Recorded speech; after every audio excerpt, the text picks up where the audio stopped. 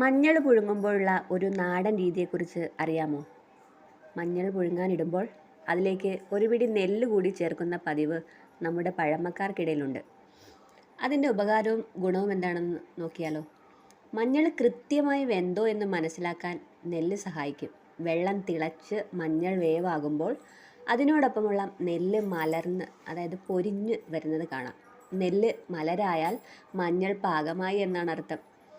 ഇങ്ങനെ നെല്ല് ചേർത്ത് പുഴുങ്ങുന്നത് മഞ്ഞളിന് നല്ല കടും മഞ്ഞ നിറം ലഭിക്കാൻ സഹായിക്കുമെന്നും വിശ്വസിക്കുന്നുണ്ട്. മഞ്ഞളിൻ്റെ കറ നീക്കം ചെയ്യാനും പ്രകൃതിദത്തമായ രീതിയിൽ അതിനെ ശുദ്ധീകരിക്കാനും ഇത് സഹായിക്കുന്നു. നല്ല നാടൻ മഞ്ഞളാണ് നമുക്ക് കിട്ടിയിരിക്കുന്നത്. നമ്മൾ തന്നെ നട്ടതാണ്.